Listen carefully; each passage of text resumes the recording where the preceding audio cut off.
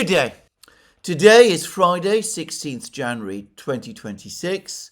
And before I proceed with this program, let me remind you again to tick the like button and to check your subscription to this channel. If once you've watched this program or whatever part of the program you want to watch, you decide that you like what you've heard and you wish to indicate that fact. Now with that, let me return to the topics of today's program. And today's program is going to be dominated mostly by the actions of the Russians, the various steps that they're taking in Ukraine, in the Middle East, in relations between Russia and the United States, and ultimately perhaps also between Russia and Europe as well. Now, yesterday, after a long absence, President Putin returned full center stage in Moscow. He made a very important foreign policy speech, much more important than I think the media in the West understands, about foreign policy, about relations with the United States, and about the vexed topic of the conflict in Ukraine. He also, in my opinion, indicated a significant hardening of the Russian position in Ukraine over the diplomacy in Ukraine, and I will explain why. And to anticipate, I think that this reflects the discussions that have been taking place in Moscow over the course of the Christmas and New Year holiday, which I have talked about in recent programs. I think we have the first clear sign of the direction that the Russians are going. And to anticipate again, it's going to make a diplomatic resolution of the conflict in Ukraine more complicated, significantly more complicated, and more difficult than it appeared to be a few weeks or months ago. In fact, I would argue that if you take Putin at his word, then a diplomatic resolution of the conflict is now effectively beyond reach. But I will come to that in a moment. I would also say that Putin also discussed and talked about the relationship between Russia and Cuba in a very interesting way. And he did so highlighting the fact that there have been recent threats made against Cuba by the President of the United States, Donald Trump, and by other American officials. Putin effectively set out a red line with respect to Cuba, and I will discuss that too. Now, that was not the limit of Putin's activities yesterday. He also had two very important and interesting telephone discussions with President Pezeshkian of Iran and Prime Minister Netanyahu of Israel. I don't believe these are the only recent discussions that Putin has had with these two political leaders. I'm sure there have been extensive other diplomatic contacts between the Russians and the Iranians and the Israelis, and by the way, between the Russians and the Americans too, over the recent crisis in the Middle East following the protests in Iran. I said that I think that the shadow of Moscow has fallen on Iran in all sorts of ways, and I'm going to touch on that later in the program when I eventually get round to discussing these calls. But let's first of all begin with what Putin said about the most pressing question of all, which is the conflict in Ukraine. Because his words here, it seems to me, have not been properly reported and have not been properly understood. And the relevance of what he said has also not been understood also. So he discussed the situation in Ukraine in very general terms, and he discussed the situation in the international system. He spoke about how international relations have been deteriorating, and he went on to say this. This has been clearly demonstrated by the crisis around Ukraine, which became a direct consequence of years of ignoring Russia's legitimate interests and a deliberate policy of creating threats to our security, including the advancement of the NATO bloc towards Russia's borders, contrary to public promises made to us. I want to emphasize this, contrary to public promises made to us. Let me remind you that Russia has repeatedly put forward initiatives to build a new, reliable, and fair architecture of European and global security. We have proposed options and rational solutions that would satisfy everyone in Europe, Asia, America, and across the world. We believe that it would be worthwhile to return to a substantive discussion of these proposals to establish the conditions under which a peaceful settlement of the conflict in Ukraine could be achieved, and the sooner the better. It is precisely a long-term and sustainable peace, one that reliably ensures the security of all and everyone that our country strives for. Not everywhere, including in Kiev and the capitals that support this, are they ready for this. But we hope that an awareness of this necessity will come sooner or later.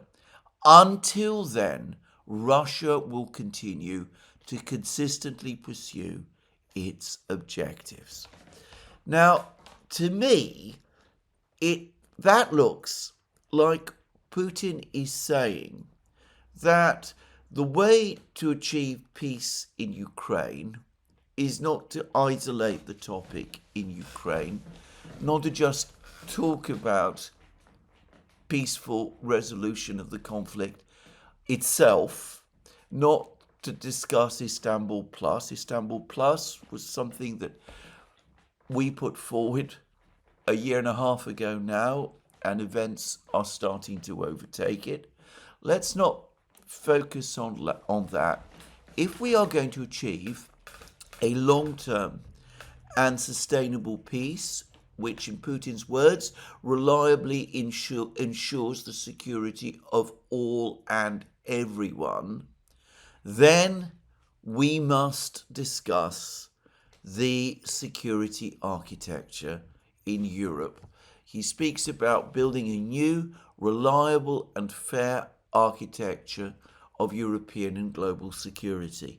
But though he talks about global security, obviously he is specifying Europe, and it is European security that he's mostly talking about.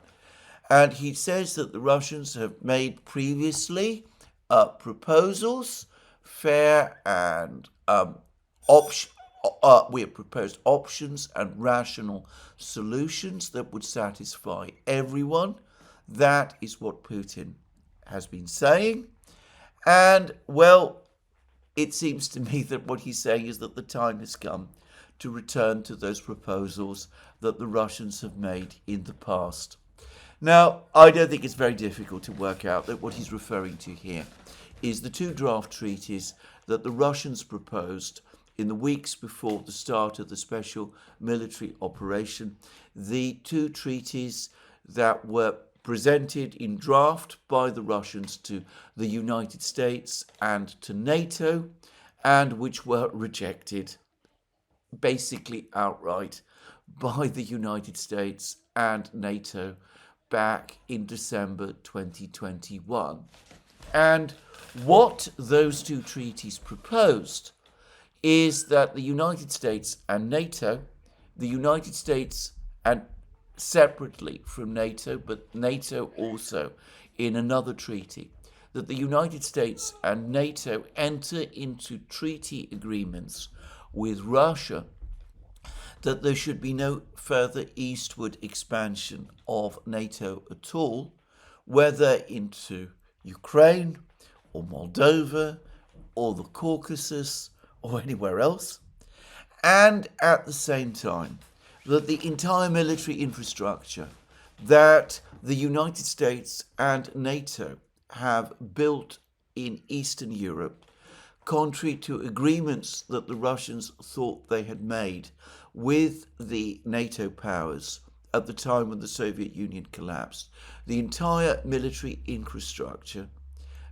established after NATO expansion began, basically in 1998, should be dismantled, and all NATO military facilities, bases, logistical establishments, all of that in Eastern Europe should be shut down, and that NATO should basically withdraw back to its positions, the positions it had before NATO expansion began in 1998, with NATO in effect withdrawing back to Germany. In fact, to be precise, to Western Germany. In other words, a de facto reversal of the whole process of NATO expansion, which the Russians complain has taken place since 1998 in disregard of their security interests and in contravention of the promises made to the Soviet leaders at the time when the Soviet Union dissolved itself back in 1990 and 1991. Now, that is how Putin's words read to me.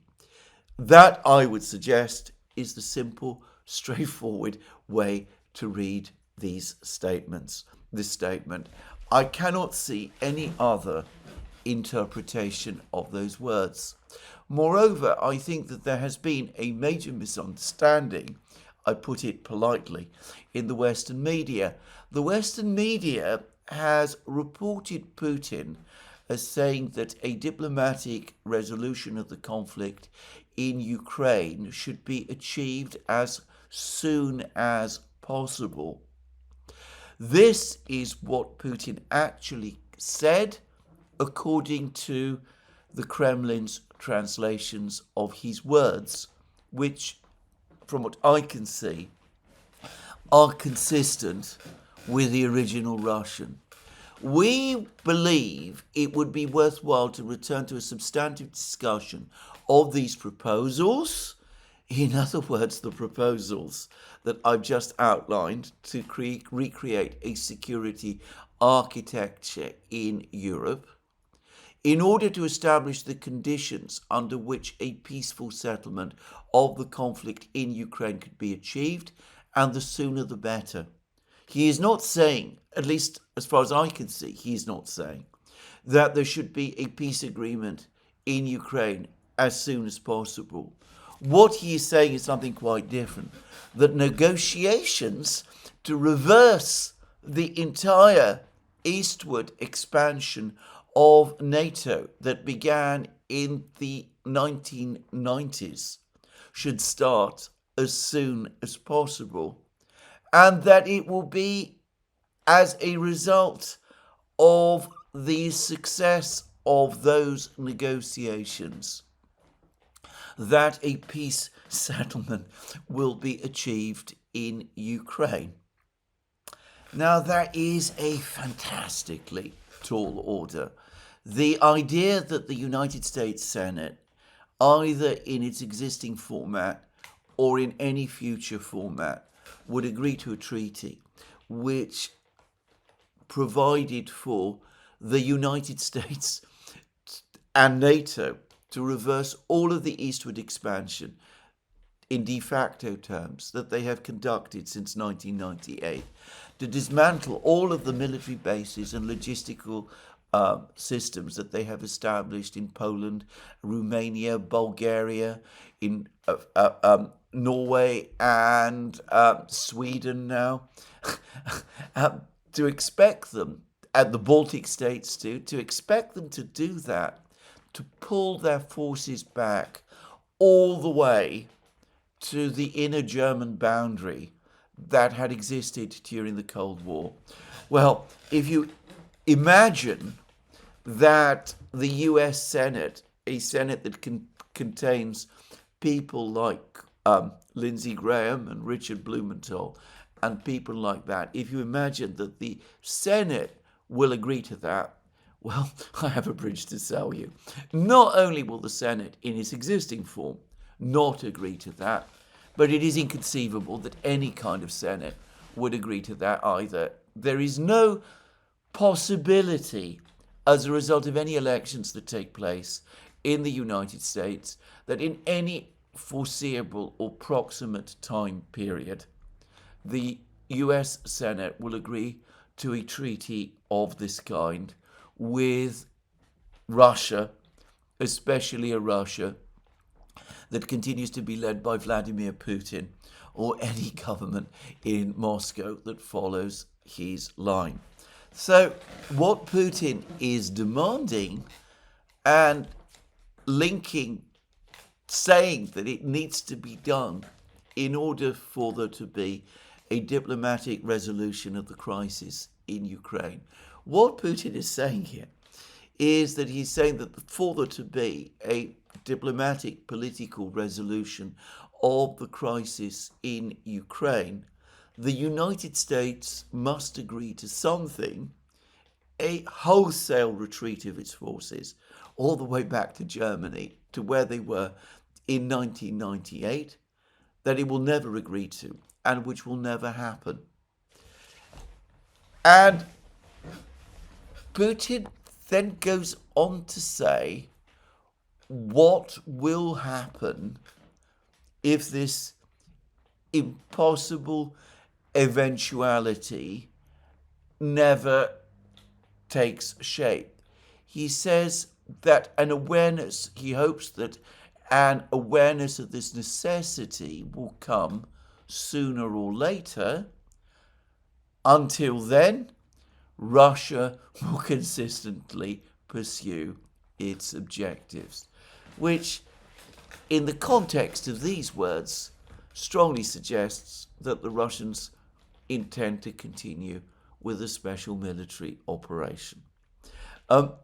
Now, I have to say, when the discussions of the treaties took place in December and January 2021, the Russians did say that if the United States and NATO didn't agree to them, the Russians would take what they described as military technical means to persuade the Western powers eventually to change their minds. I remember Russian officials saying this very thing at the time.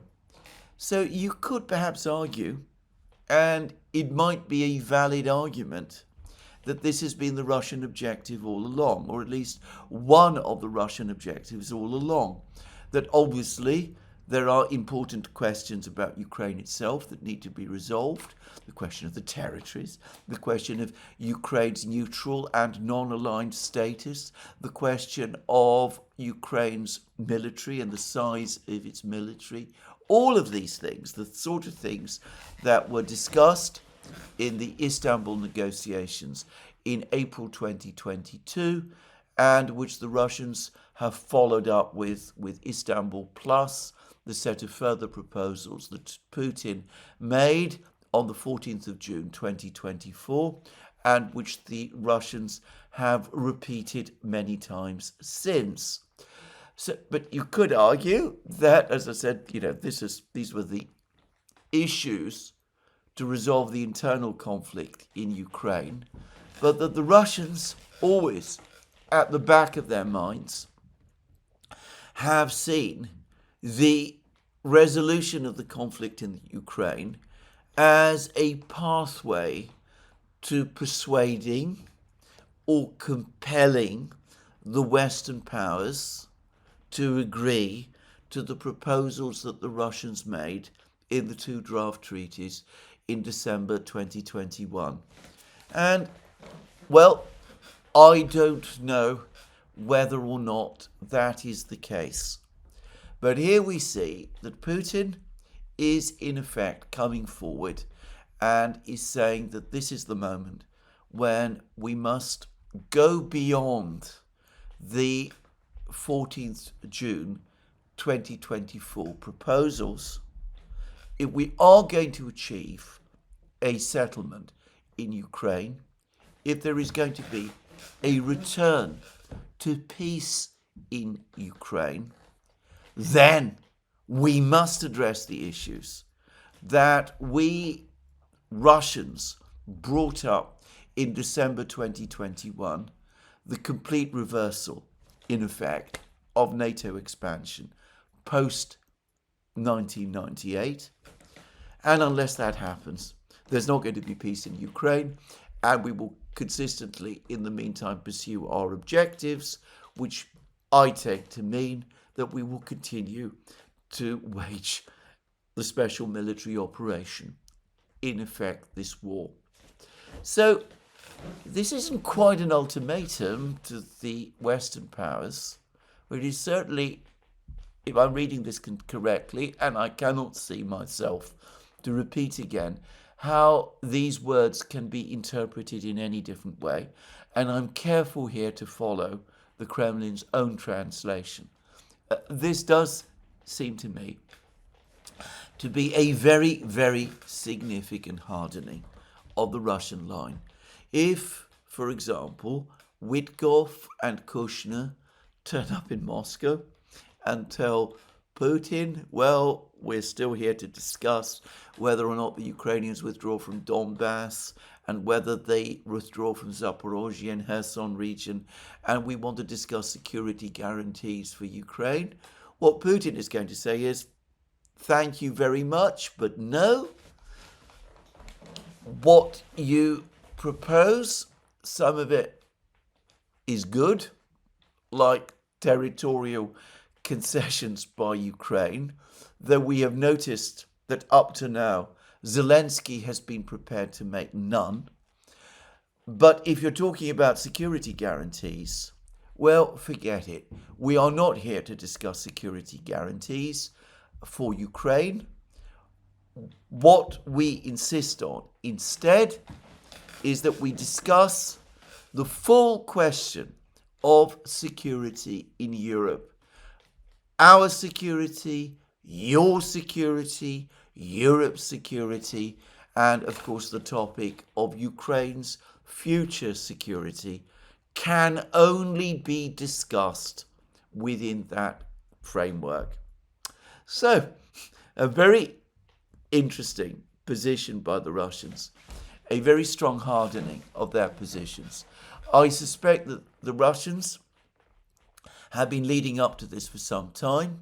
I suspect that the final straw was the drone attack on Putin's Valdai residence. But I think all of the discussions that have been taking place in the West over the last few months about security guarantees for Ukraine have also, in the end, led to this. But at the same time, I suspect that as the special military operation progressed, as the Russians came to feel that victory was now clearly in sight, it was inevitable that they were going to strengthen and harden their demands. And that is exactly what we are seeing. Russian demands now extend beyond Ukraine itself. They extend to the whole question of Europe. NATO NATO expansion, the deployment of US forces in Eastern Europe, all of these sort of things. And I'm going to say something else. I strongly suspect that the Russians have been communicating this fact to the Americans for some time now, probably since the new year. And this may explain why there is this sudden, abrupt interest in Europe to begin finally that long overdue discussion with the Russians. Because the Europeans probably know that the Russians are now intent on reopening with the Americans the entire question of the security architecture in Europe. And the Europeans, knowing that there are voices in the United States that are talking about a sphere of influence for the United States in the Western Hemisphere, probably alarmed by American demands for the transfer of Greenland to the United States, probably alarmed also by some of the might is right rhetoric that is coming from the United States also, which seems to disregard European sensibilities and European concerns. Some people in Europe may be saying to themselves, well, where are we now? Ukraine is going down. Its cities are in blackout. There is a political crisis there. Its economy is breaking down too. The Russians are continuing to advance. Before long, things in Ukraine are going to start to break down. The time has come, given that the Russians are now talking about the security situation in Europe, and we cannot be absolutely confident that the Americans will not want to talk to the Russians about this, even if a final treaty is off the table. We cannot afford not to talk to the Russians anymore. If we are not there at the table, we will be on the menu instead, as the Americans and the Russians talk together about us. And this is why I suspect we've seen European leaders come forward suddenly, proposing all sorts of discussions with the Russians at this time. It started with Meloni. It started with Macron at the meeting last month in December, where the decision was made to float a 90 billion euro loan for Ukraine. But it was also decided that there would be no direct connection between the loan and the frozen Russian assets. Macron then proposed, as he has admittedly proposed in the past, that the time had come to speak to the Russians. He didn't do anything about it, however, for the next few weeks, and then Meloni came along and also said that the moment has come to talk to the Russians.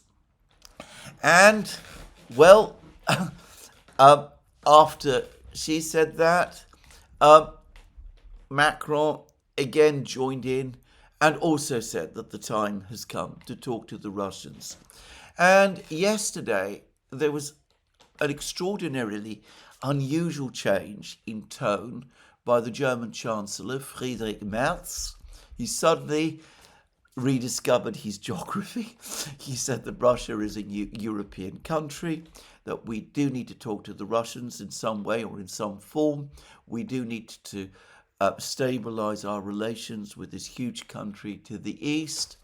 Well, he didn't seem to me to be saying anything radical or anything fundamentally new, but the tonal difference was there, and it did suggest that perhaps, possibly, there's been dissension and discussion within the German coalition, within the German government, and there's a recognition that the pressure to increase to the pressure within the European Union and maybe even within Germany itself to restart some kind of dialogue with the Russians is there. And, well, there are various proposals as to who should be Europe's chief negotiator to talk with the Russians. All sorts of, frankly, improbable names have been put forward. One of them is Alexander Stubb, the president of Finland, who I think is just about the worst person after Kaja Kallas to propose to conduct such a diplomatic course. There's other proposals. Mario Draghi, the former Prime Minister of Italy, the head of the European Central Bank. Well, probably the Russians would want to talk to him, but I can't frankly imagine him as the sort of person who would achieve a breakthrough. Clearly, there is no agreement so far about who this chief negotiator should be, but it does seem as if discussions within Europe about appointing a chief negotiator are indeed underway, and well, we will see where all this goes and whether a chief negotiator is indeed appointed. There is going to be resistance. The Baltic states are obviously not going to be happy about this at all. Kaja Kallas, who is of course the EU's High Representative of Foreign Policy, is going to resist this to the greatest possible extent that she can. If the Europeans do appoint a chief negotiator, then she in effect has been marginalized. I mean, the question inevitably is going to come, what is the point of her in that case? So she is not going to welcome this proposal. In fact, she made another in her endless succession of frankly bizarre comments over the last couple of hours. She said that the situation in the world is now so bad that though she basically gave up drinking some time ago, because the situation is so bad now, maybe the time has come to start drinking again. I can't help but see this as an admission by Kaja Kallas of growing personal stress, and obviously the Greenland affair is playing some role here. Probably the news from Ukraine, the Ukrainian battlefields, is playing here some role also, though it's difficult always with Kaja Kallas to get an idea of what she actually understands about the progress of the war in Ukraine. But I suspect also, and straightforwardly, I suspect she's worried about her job. There's been mounting criticisms of her. I know there are moves in the European Parliament to oust her. I know that there's been mutterings from increasing numbers of the member states that she's not really fulfilling her proper role as the EU's High Representative. It's not been missed that the US Secretary of State, Marco Rubio, doesn't want to meet her or speak to her, that doors have basically closed on her in Beijing and Delhi, just saying. So one can understand why perhaps Kaja Kallas might feel that the time has come to reach for the bottle. But anyway, I don't want to discuss Kaja Kallas in this program. All I would say is that we can see that there are pressures in Europe, that there is now a dawning realization that the time has come to speak to the Russians. The reality is that it is long overdue, just saying. But anyway, the dawning realization has now apparently come, and there is growing talk about doing it. There's even talks about appointing the chief negotiator, the no agreement as to who it is, who that person is going to be. And one could see how Putin's comments in Moscow, made in the presence, by the way, of some ambassadors from Western states who were there to present their credentials, where one could see from Putin's comments why the Europeans might be becoming increasingly worried and anxious, and why that might have pushed them towards wanting to speak to the Russians at this time. Well, there it is. One government, of course, is opposed to any diplomacy with the Russians at all. That government, I'm sorry to say, is mine. The British Foreign Secretary, Yvette Cooper, has again made comments about how the only thing that Europe can properly do at this time, given that Putin doesn't seem to want to end the war, by which she means, of course, end the war on Ukrainian and Western terms, which are unachievable, but anyway, never mind. Given, as Yvette Cooper puts it, that the Russians are not prepared to end the war on Western terms, in other words, capitulate, the only correct thing to do is to continue to support Ukraine in every possible way that it can be supported, and not to talk to the Russians. One must not talk to Putin. One must not engage with the Russians in any way.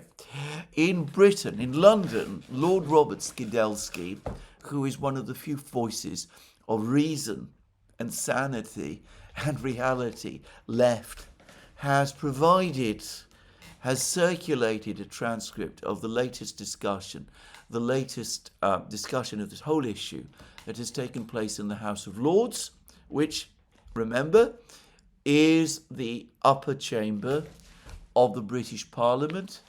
Again, he argued the case for diplomacy. Again, as he pointed out, when speaking, he spoke as a minority of one. I have to say that reading the transcript that Lord Robert Skidelsky provided, my heart sank. But there it is. Anyway, we will see what will come of all of this diplomatic activity. But of course, the key thing now is that the Russians have indeed publicly hardened their demands. They are saying that peace in Ukraine is conditional on a renegotiation of the security system in Europe. And at the moment, for the moment, as far as I'm aware, their demand remains the same as it was in December 2021, that the United States and NATO pull back their forces to where they were in 1998, before the special military operation, before NATO expansion began.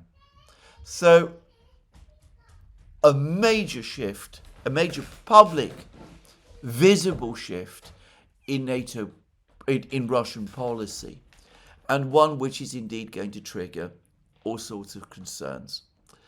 Well, alongside all of that, Putin had more to say, and he spoke specifically about the recent actions of the United States, and his words must be taken as a strong personal rebuke of the US President Donald Trump and of other people in the US administration. Now, Putin did not mention Trump by name.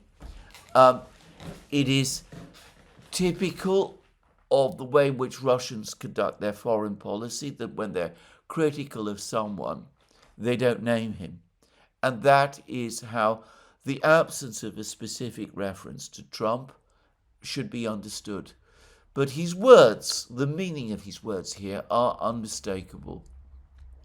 Unilateral and dangerous actions often substitute diplomacy.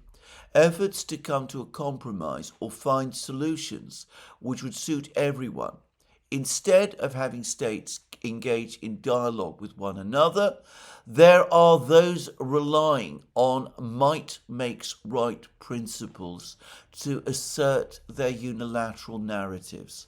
Those who believe that they can impose their will, lecture others how they must live, and issue orders.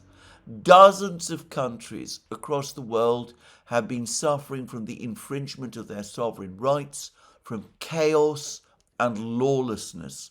They lack the strength and resources to stand up for themselves.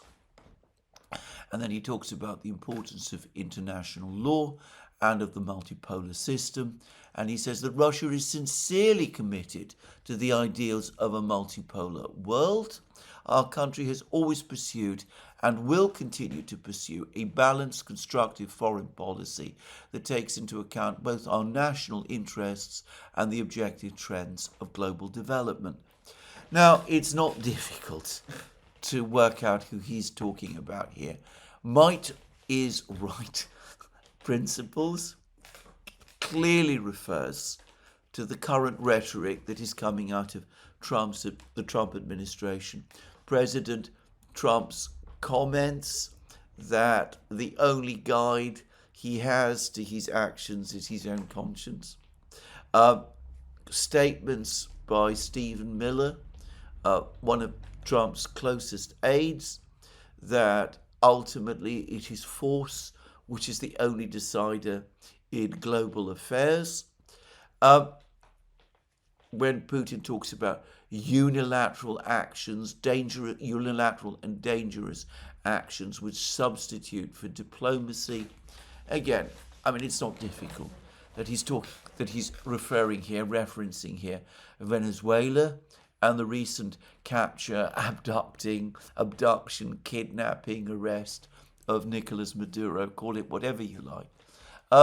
And when Putin talks about infringement of sovereign rights and chaos and lawlessness ensuing, again, this is clearly all addressed at the current policies of the United States.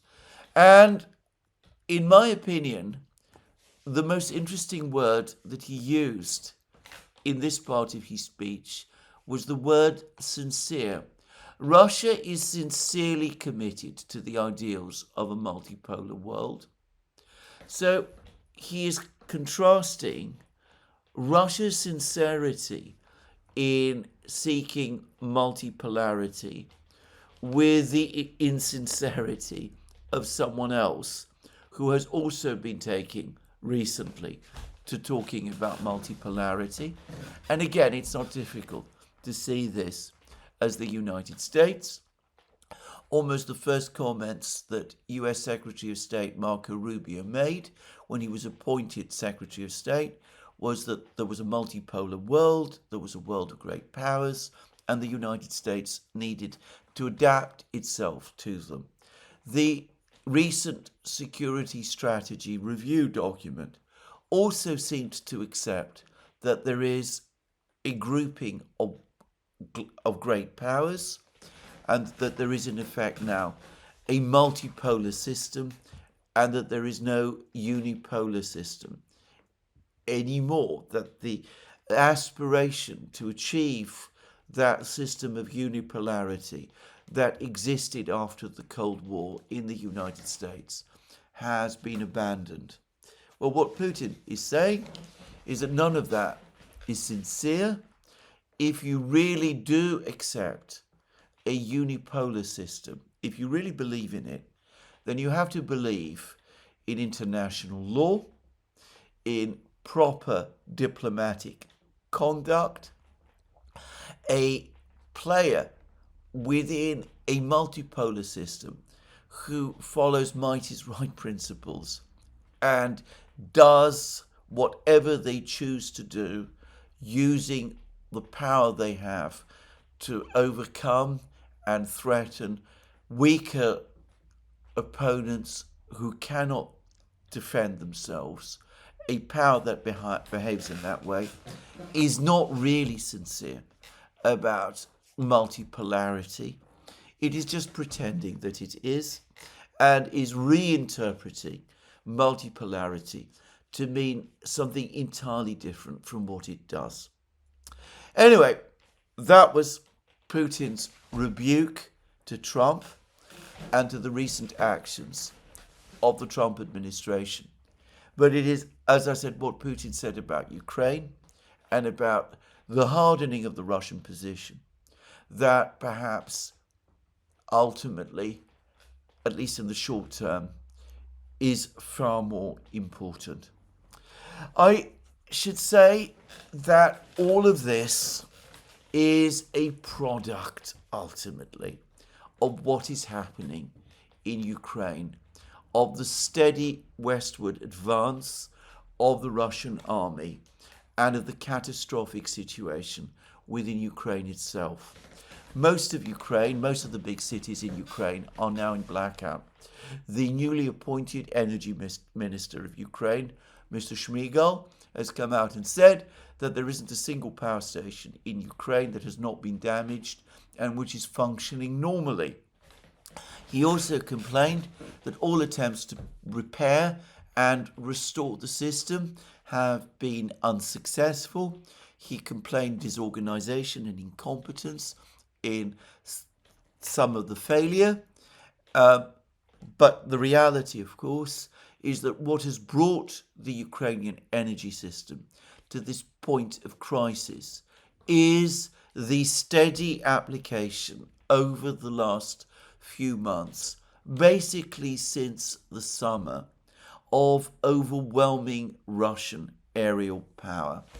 And, well, there were reports circulating last night that Russian strategic bombers are forward deploying to new bases, that they're being equipped with more missiles, perhaps some of these very advanced hypersonic missiles that we've been hearing about. The new ones, not the Kinzhal and the Zircon, but the newer hypersonic missiles that Putin himself has hinted are being prepared and are coming into production.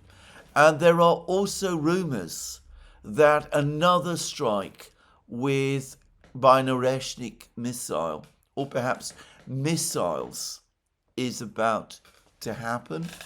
And, well, I've noticed that a number of people in the Ukrainian blogosphere, if I could put it like that, are themselves saying that the fact that Ukraine itself has not released full footage, video footage or photographic footage, either of the damage done by the Oreshnik to the Yuzhmash factory, including, as I said, its many underground facilities, or of the damage that was done to the factory repair plant, an air base in Lvov, which the Oreshnik attacked a few days ago.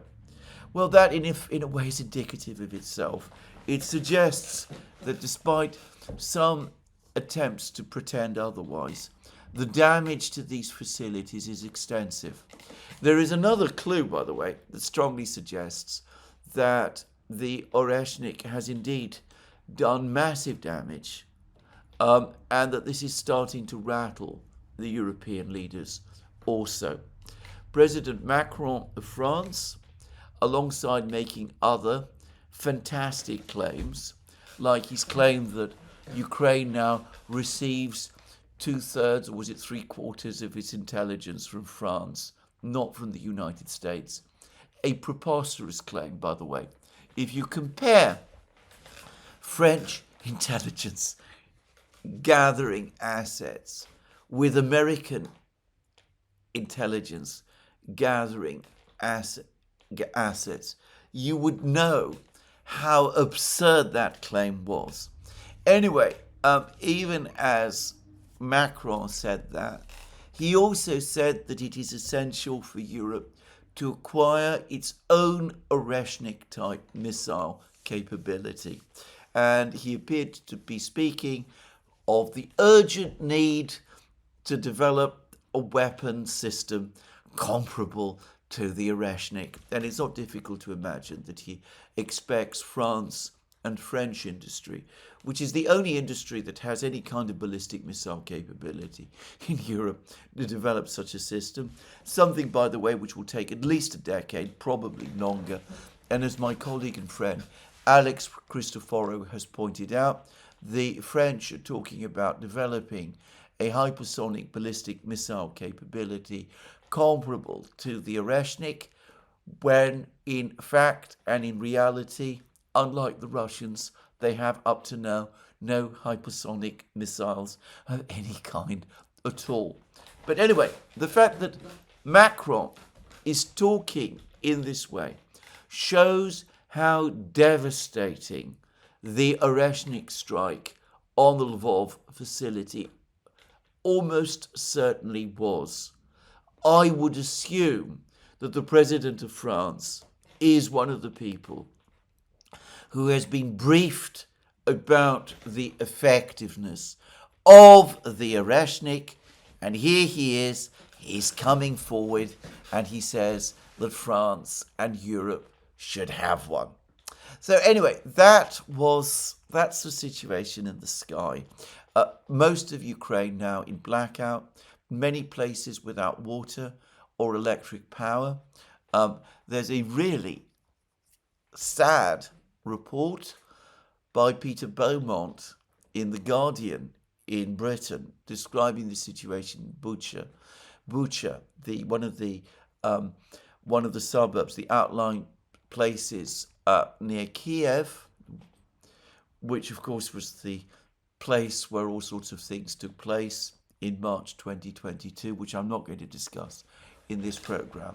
Of course, Peter Beaumont spoke about a mood of defiance there, but he could not disguise, and in fairness to him, he made no attempt, as far as I could see, to disguise the terrible situation that prevails in places like Bucha now.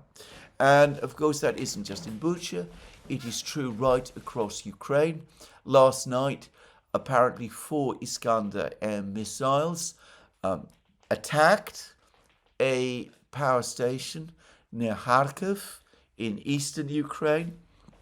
There were reports that was circulating across the internet shortly after that attack took place that the entire power station has been destroyed, or at least it's unable to operate. And the mayor of Kharkiv himself apparently came out shortly after and confirmed that that report was true. So there is a catastrophic situation in Ukraine.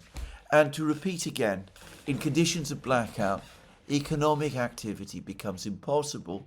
And given the extremely cold sub-zero temperatures in Ukraine, a humanitarian catastrophe, which, by the way, Peter Beaumont talked about, seems to be, well, starting to develop.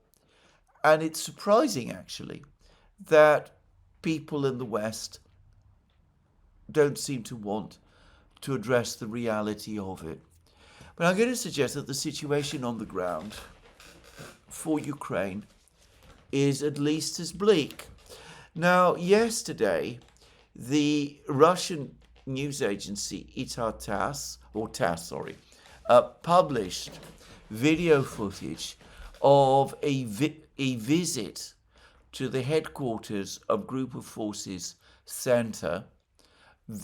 Group of Forces Center is the military force that has captured Pokrovsk, Mirnograd, and Rodinska recently, and which in 2024 captured Selidovo and Kurachovo and many other places along the battlefields. In fact, it was the single most aggressive and powerful Russian military formation of all. Anyway,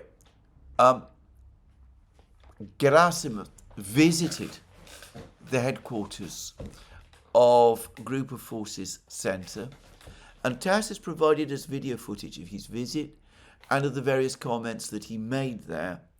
And by the way, it also published a very interesting film of Gerasimov after he made his comments, receiving a briefing and engaging in all kinds of interesting planning with the military chiefs, the commanders of Group of Forces Center.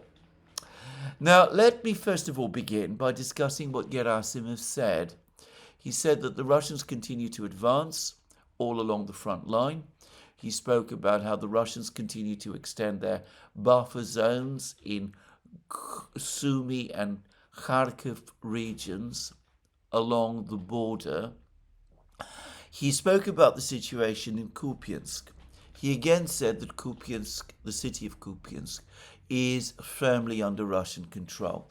Now, this continues to be something which the Ukrainians themselves dispute, and I think it's fair to say that the great bulk of the blogger community has been siding with the Ukrainians about this.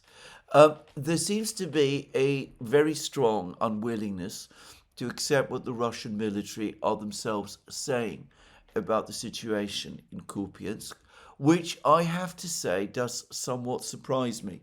To repeat again, none of us are there in Kupiansk. There is no independent person on the ground who is able to corroborate either what the Ukrainians are saying or what the Russians are saying about the situation in Kupiansk. There is a certain amount of video footage, drone footage, but drone footage can be manipulated, and that has undoubtedly happened over the course of this war, and both sides have done it. So there is a certain amount of drone footage, but I personally would not place that much faith in it. I'm not sure that some of this drone footage actually tells us what some people want to believe or seem to believe. And of course, it's also worth pointing out that if we're talking about Russian bloggers and Russian channels, it's a complete mistake to assume that the people who run these channels are supportive or are well disposed to the Russian high command or to the Russian military leadership. On the contrary, they are mostly bitterly critical of it. As I have discussed many times, their general approach is to say that everything on the front lines would be fine if only I was in charge. And that is been a settled reality basically since the special military operation began. Gerasimov, for what it is worth, insisted that, which I believe is worth quite a lot. Gerasimov insists that Kupiansk is under Russian control. He says that the encircled Ukrainian forces on the east bank of the Oskol River, that the battle there is now close to ending. And most importantly, he gave the impression that the village or small community of Kupiansk, Kislovoy, which is located to the south of the city of Kupiansk itself, that the battle there is almost ending as well. In other words, he gave a clear impression that the situation in Kupiansk is ending very much on Russian terms, with the city itself under Russian control, with the Ukrainians trapped on the east bank of the Oskol River defeated, and with the Russians about to complete the defeat of the Ukrainians in this place, Kupiansk-Uzlovoy itself. Anyway, that was one thing that Gerasimov said, but he said an awful lot else. He spoke about continued Russian advances in the Liman area and in the Siversk area. I don't think anybody disputes this. He conspicuously did not say anything about the situation in Konstantinovka, which is, by the way, the responsibility of Group of Forces South. But lots of reports, Ukrainian as well as Russian, speak of a deteriorating situation for the Ukrainians in Konstantinovka. In fact, it looks as if the situation in Konstantinovka for the Ukrainians is becoming critical. One example is a Ukrainian commentator called Miroshnikov. He said that that the Ukrainians are suffering setbacks on both flanks, as a result of which Konstantinovka is gradually finding itself in a fire trap. The situation is no longer equal, but more resembles an enemy offensive with a trap in the middle. The further it goes, the harder it will be. If nothing changes, Konstantinovka will be lost. You can find this extract of Miroshnikov's words on Simplicius the Thinker's blog. Just saying. Anyway, I noticed that Gerasimov didn't want to talk about the situation in Konstantinovka, which suggests to me that things are progressing there quite rapidly, and we might be getting some important news from Konstantinovka very long. He spoke about further Russian advances in Zaporozhye region. However, he made it perfectly clear that if we're talking about General Teplinsky's group of forces Dnieper, their objective is indeed the city of Zaporozhye. He spoke about recent advances by group of forces Dnieper as being specifically aimed at capturing the city of Zaporozhye. Again, there's widespread assumptions right across the internet that all of the Russian moves in eastern and western Zaporozhye region are centered on the objective, first, of capturing the town of Orekhov. I've no doubt that there is a Russian objective to capture Orekhov, but to repeat again, Gerasimov appeared to speak of Zaporozhye city as approximate target and objective of the Russians. But he also said that it was Group of Forces Center, what I've said has been the strongest, most aggressive group of forces, the one that has made the biggest advances over the last 2 years, starting with the capture of Avdiivka in February 2024. He spoke of group of forces as the place where the fighting is most intense, and he gave me the clear impression that it is Group of Forces Center. The people who've just captured Pokrovsk, Rodinsk and Mirnograd. It is Group of Forces Center that he expects to deal the main blow, at least over the next few months. And as if to impress this point, after he spoke, we had this very extraordinary video footage of that TASS released. There was no sound, so we never heard anything that anybody was saying, but we saw Gerasimov surrounded by military officials, all talking to him, all telling him about their various plans. It was clear that people were pointing at maps, that we weren't shown the maps. There was a scene where we see Gerasimov sitting at a desk and he's got a magic marker and he's moving it across a map. We can't see the map. and there's a whole cluster of officials, military officers surrounding him, and he's talking with them. And anyway, the overall impression is that some great plan or strategy is being prepared, and that group of forces center is going to undertake it. Now, I have to say, watching it all, it did seem to me quite remarkable that footage of that kind should have been released at all. Maybe the Russians are indeed working on such a plan, and maybe it is indeed Group of Forces Center that is going to deal the main blow. But I did nonetheless find it extraordinary that the Russians would release a film of that kind, which seems intended to convey that impression. Also, it is worth pointing out that whilst TASS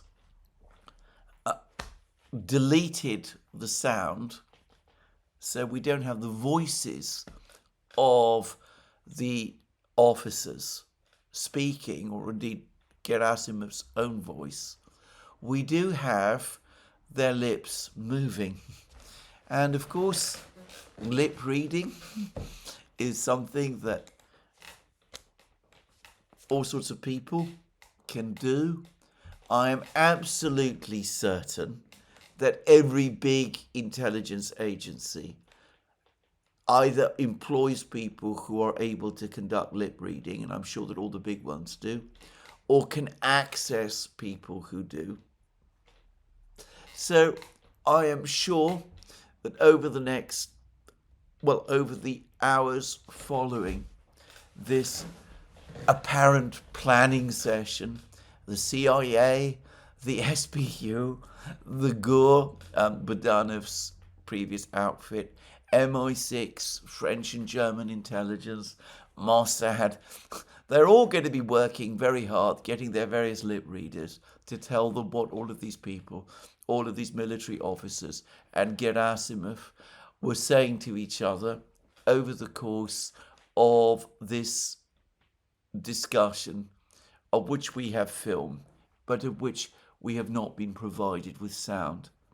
Now, that, of course, opens up two possibilities.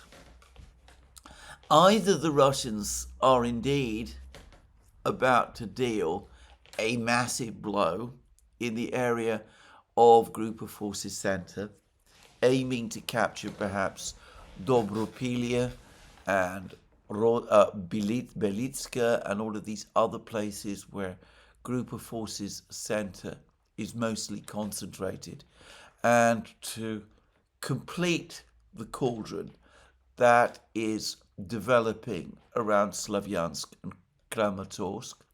Either the Russians are indeed planning this, and given that they must know that all these Western intelligence agencies have lip reading specialists, they don't care whether some of their plans are now disclosed. They've reached that level of confidence about their own strength and Ukraine's weakness that they know that there isn't any point any longer, or that there isn't any harm any longer in letting them both know that these are the sort of things that the Russians are proposing to do. Or this is another clever exercise in subterfuge and misdirection. The Russians are planning some great blow, but it's not actually going to be carried out by Group of Forces Center. It's going to be carried out by someone else, and that the entire purpose of this film was to focus Western intelligence agencies and the Ukrainians into thinking that the attack was going to be carried out by Group of Forces Center, or to wonder and ask themselves whether it would be carried out in that way. I don't know. I don't have the means to know. But what I would say, my guess My instinct is that it is the first. The Russians now know that there is very little that the Ukrainians can do to withstand their major advance. They do intend to deal the main blow in the area of Group of Forces Center. Perhaps they don't care what the West knows about it. Perhaps they're also sending a message to the West. Look, this is what we're going to do. You can't stop us. Ukraine can't stop us. Putin has just made these demands. He wants to renegotiate the whole security architecture in Europe. You better hurry up and agree, because if you don't, well, this is what we're going to do. That's my own guess, but it is just a guess. I'm not going to place any great weight upon it. Anyway, that is the situation at the moment with respect to Ukraine. A catastrophic situation in Ukraine itself. One that no one any longer can seriously dispute is catastrophic. There's been claims that the Russians slowed down somewhat over the last few weeks. Gerasimov did say that they've captured 350 square kilometers of territory, but I think there has been a slowdown. But I suspect that this is as much due to the need for the Russians to reorganize and regroup their forces after the capture of Mirnograd and Pokrovsk. And of course, there is still fighting ongoing in Konstantinovka. But anyway, there is no doubt that the Russians have the decisive ascendancy on the battlefield, and they're dealing catastrophic blows against Ukraine from the sky. Now, Witkoff and Kushner are going to go to Washington. Going to go to Moscow soon, maybe next week. We will see what they come with them. There's been this extraordinary myriad of plans and proposals that they have come up with, or the Western powers have come up with. There's the original 28 points that Kushner and Witkoff brought with them to Putin at the beginning of December. Then there was Zelensky's 20 points. Then there were all sorts of other proposals and ideas made by various European countries. I don't know what Witkoff and Kushner are even going to come with when they go to Moscow. But we do now, I think, have a clear idea of what the Russians are going to say. The Russians are going to say that they want direct talks with the Americans to discuss the security architecture in Europe, and that any negotiations to settle the conflict in Ukraine are contingent on progress with that. Now, I did say that Putin did discuss other matters, and in fact he has been in his speech, and one of the matters that he talked about was Cuba. And, well, there's been a narrative that I've seen in the West that if Cuba is in difficulty, the Russians are not going to do very much to support Cuba. And this is particularly something that has been talked about with respect to oil. Cuba is very short of oil. It's apparently needs around 120,000 barrels of oil a day to keep the economy operating. Recently, that is the amount of oil it has been getting is around 100,000 barrels a day, which is nowhere near enough.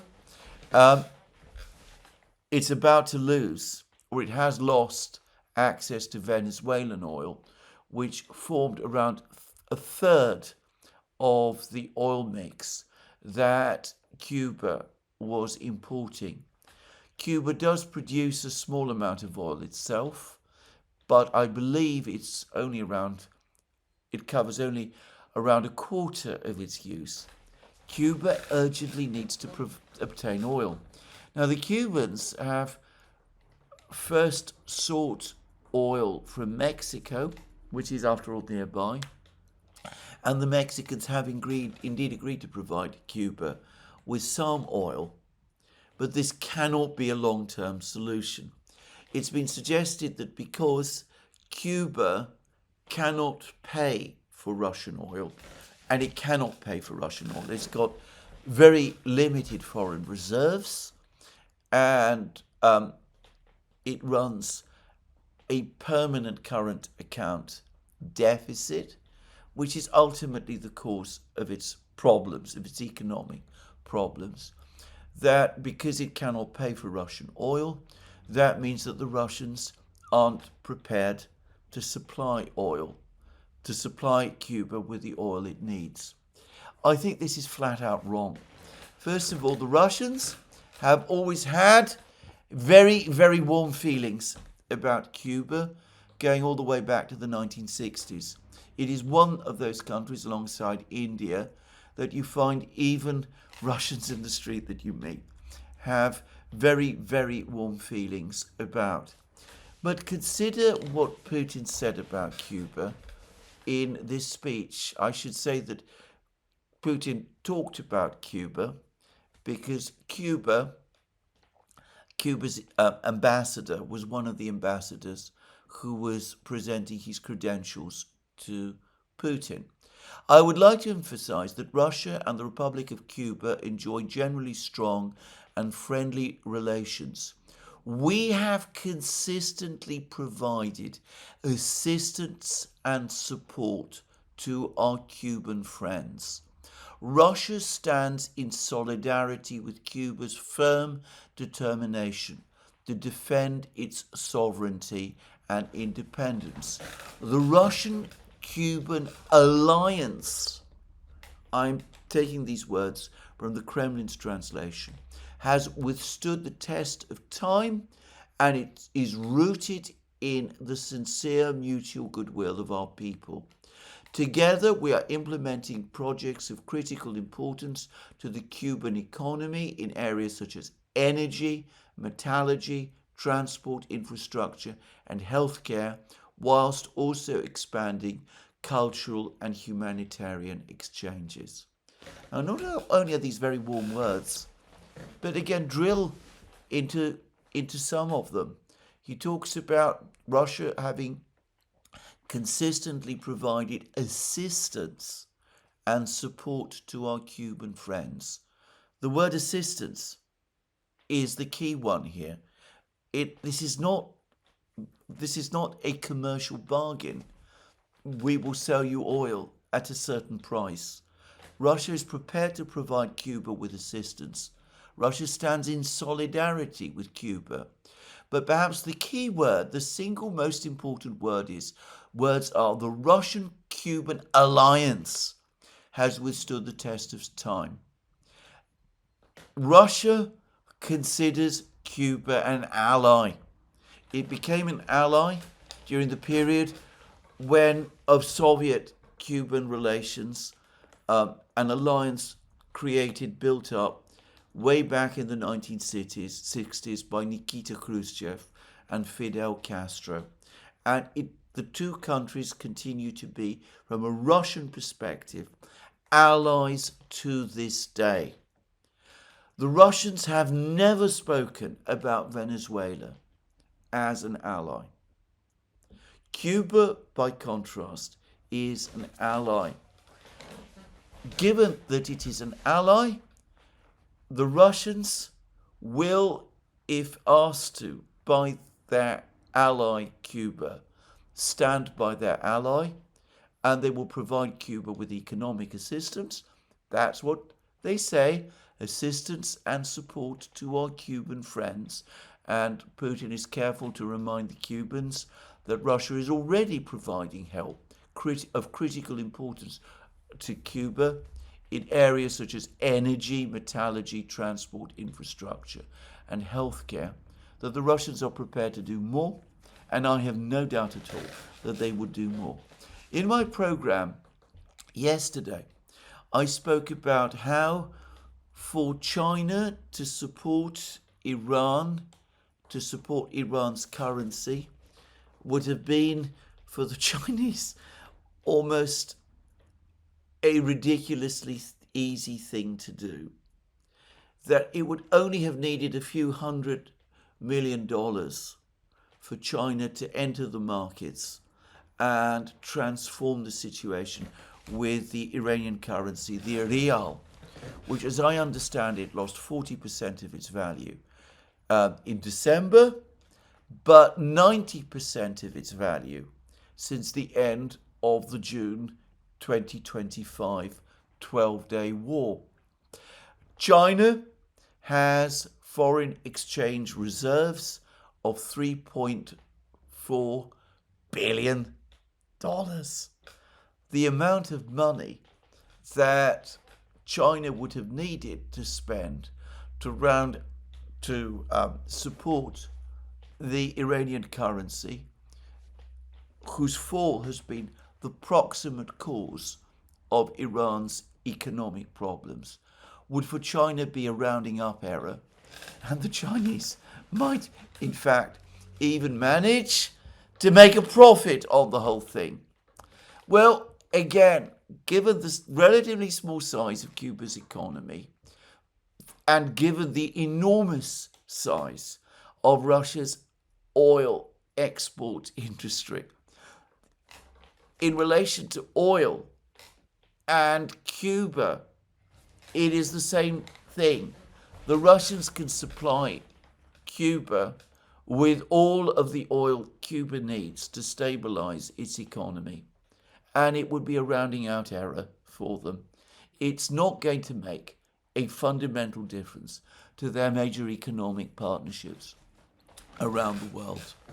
In fact, given the realities of the oil market at the present time, the Russians have an overabundance of oil that they could use, and they have shown that they're willing to provide Cuba with that oil. So, short of an American blockade of Cuba, which I don't think is going to happen, just saying, the Cubans have no reason to hold back and can ask for help from their friends. It has been a cardinal error that the Cubans have made over the last few years that they haven't done so. I understand that there are aspects of the relationship with Russia which the Cubans might find difficult, but it is obvious that, to me at least, that is what, in this moment of crisis, they should do. Now, turning to the Middle East, I said that Putin has also been busy. And I said in my program yesterday that there is good reason to think that the shadow of Moscow has fallen over this crisis in the Middle East. Well, yesterday, as well as meeting the foreign ambassadors, Putin also spoke to Pezeshkian and to Netanyahu. Now, I should say that I am sure that there have been other calls, probably by Putin, talking to top Iranian officials, quite plausibly to Pezeshkian and Netanyahu, over the course of the last week, even as the protests in Iran raged. By the way, on that topic, the Financial Times has published another article today, finally acknowledging that the protests in Iran have ended, and according to the Iranian media, Iran's senior police chief has said as much also. He said that there were calls yesterday to restart the protests in Iran. He implied that these calls had come from abroad, but he said that nothing like that happened over the course of Thursday, both during the day and during the night. All of the cities across Iran were calm. Anyway, put all that aside.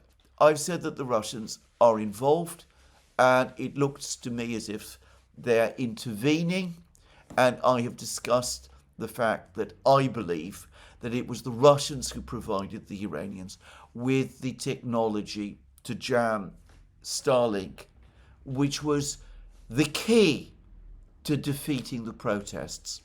By the way, on that issue, Slavyangrad published a piece yesterday which discussed some of the equipment the Russians have provided. There was a lot of discussion about an item of equipment, a jamming system called Tobol, which the Russians have specifically developed to jam Starlink.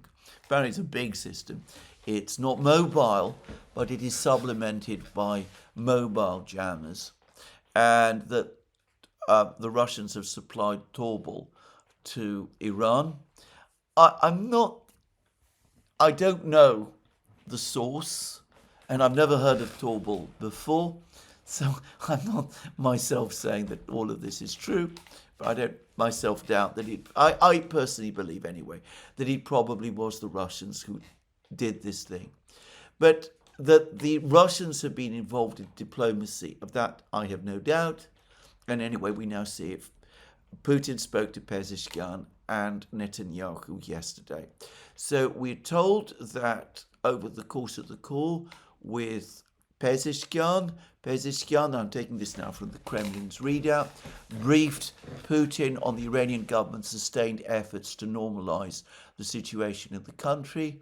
It was noted that Russia and Iran unanimously and consistently support de-escalating tensions, both surrounding Iran and in the region as a whole, as soon as possible, and resolving any emerging issues exclusively via political and diplomatic means. The leaders confirmed their mutual commitment to further strengthening the strategic partnership between Russia and Iran and implementing joint economic projects in various fields. So that was what the Russians say that they discussed. And notice the pointed reminder to the fact that Iran and Russia are strategic partners. And Putin also spoke to Netanyahu, and the report of this is much shorter. The leaders discussed the state of affairs in the Middle East and the situation surrounding Iran. President Putin laid out his fundamental stance in favor of stepping up political and diplomatic efforts aimed at ensuring the region's stability and security. The Russian side confirmed its commitment to continuing making mediation efforts and promoting a constructive dialogue involving all concerned parties. The leaders agreed to maintain contacts at various levels. The Russians, Putin confirmed Russia's commitment to continuing making mediation efforts. Is that not an admission that the Russians have indeed been acting as mediators in this affair? As I said, the shadow of Russia fell over this crisis last week. I believe it was the single proximate cause in enabling the Iranians to quell the protests, and I believe it was also the proximate cause in causing the Americans, Donald Trump, to call off the attack on Iran. The crisis is far from over. An American supercarrier and its task force continue to steam towards the Persian Gulf. Quite probably, plans for an attack are still there, but the Russians are continuing their work. We will see where it will lead. Well, this is where I finish today's program. Let me remind you again, you can find all our programs on our various platforms, Locals, Rumble, X, and Substack. Please remember you can support our work via Patreon and subscribe style by going to our shop. Links under this video. Last but not least, please remember, if you like this video, to tick the like button and to check your subscription to this channel. That's me for today. More from me soon. Have a very good day.